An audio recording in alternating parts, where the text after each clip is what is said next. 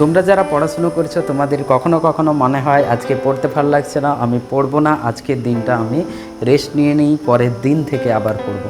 আবার পরের দিন তুমি পড়তে পড়তে তোমার ভালো লাগছে না, তুমি আবার বললে যে স্যার মানে নিজের মনে মনে তুমি মনে করছো যে আবার তো সময় আছে, অনেক দিন সময় আছে, আমি আবার পড়ে নেবো। একটা পার্ট কিন্তু তুমি ভুলে যাচ্ছ। তুমি রোজই তোমার মনে হচ্ছে আমি পরের দিন পড়বো, আজ পড়বো, আজকে যখন পড়তে বসছি কালকে পড়বো, আবার কালকে যখন পড়তে বসছি আবার কাল পড়বো, এরকম করে করে কিন্তু সময়গুলো কিন্তু পেরিয়ে যাচ্ছে। কখনো তুমি এটা ভেবে দেখবে যে একজন মানুষ প্রত্যেক দিন কিছু না কিছু যদি শেখে তাহলে সে প্রত্যেক দিন একটা তার লক্ষ্যের কাছাকাছি এক ধাপ কিন্তু সে এগিয়ে যাচ্ছে। তো তোমাকে প্রত্যেক দিন কিছু না কিছু শিখতে হবে, সেটাকে মনে রাখতে হবে।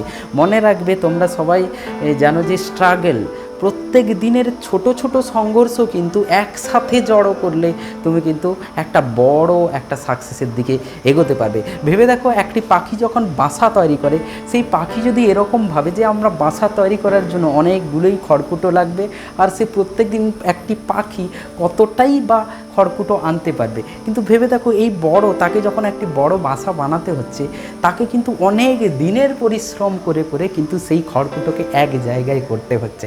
তো তোমাদেরকে মনে রাখতে হবে যে ছোট ছোট এই খড়কুটো দিয়ে, ছোট ছোট এই পার্টগুলো থেকেই কিন্তু একটা বড় কিছু তৈরি করা যেতে পারে। আর সেটার জন্যই কিন্তু প্রত্যেক দিনের স্ট্রাগল দরকার। প্রত্যেক দিন ধাপে ধাপে কিছু না কিছু শিখতে হবে, আর সেগুলোকে মনে রাখতে হবে। সেই প্রত্যেক দিনের শেখাটা আমার বড় একটা শেখা হবে।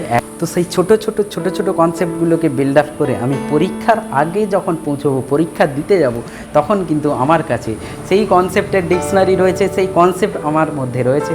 তাহলে আমার পরীক্ষা আমি ভালোভাবে দিতে পারবো, আমি সেই পরীক্ষা দিয়ে আমি আমার উচ্চ শিখরে আমি পৌঁছতে পারবো।